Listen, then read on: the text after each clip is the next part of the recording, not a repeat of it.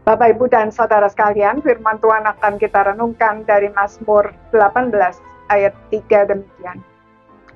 Ya Tuhan, bukit batuku, kubu pertahananku, dan penyelamatku. Allahku, gunung batuku, tempat aku berlindung. Perisaiku, tanduk keselamatanku, kota bentengku. Saudara-saudara sekalian, memberi penghargaan dan ucapan terima kasih kepada orang yang pernah menolong kita pada waktu kita mengalami masalah besar, sakit yang tidak kunjung sembuh, dan lain sebagainya, tentu sudah seharusnya.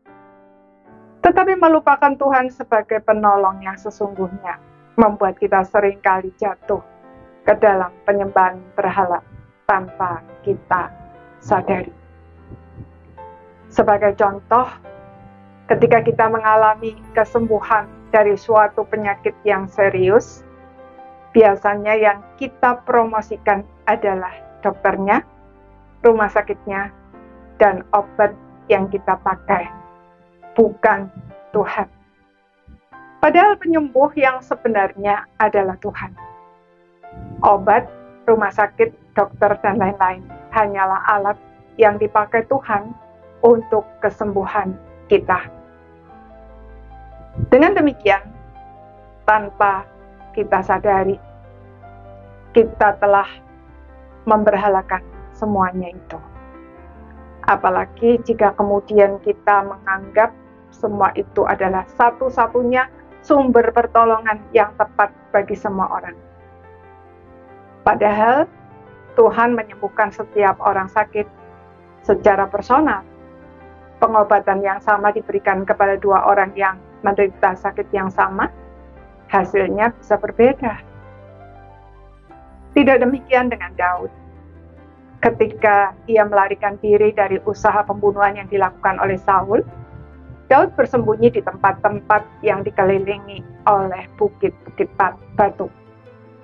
Pada zaman itu, bukit-bukit batu itu merupakan perlindungan terbaik dari serangan musuh. Sebab senjata yang dipakai pada masa itu adalah panah, pedang, dan tombak. Namun Daud tidak berkata bahwa ia selamat karena bukit-bukit itu telah melindunginya. Melainkan karena Tuhan yang ia lukiskan dengan beberapa gambaran. Antara lain, bukit batu, kubu pertahanan, penyelamat, gunung batu, perisai, tanduk keselamatan, dan kota bentengnya. Dengan demikian, Daud mengakui bahwa Tuhanlah satu-satunya penolongnya yang selalu dapat diandalkan, dan yang lain hanyalah alat yang hanya bisa berfungsi jika berada di tangan Tuhan. Saudara, hari ini apa yang saudara alami? Siapa yang saudara harapkan untuk menolong? Kepada siapa saudara bersandar? Ketika saudara dibebaskan dari masalah, siapa yang saudara promosikan? Kiranya Tuhan menolong kita untuk menempatkan segala sesuatu di tempat yang benar, sehingga kita dibebaskan dari memberhalakan apapun dan siapapun. Amin.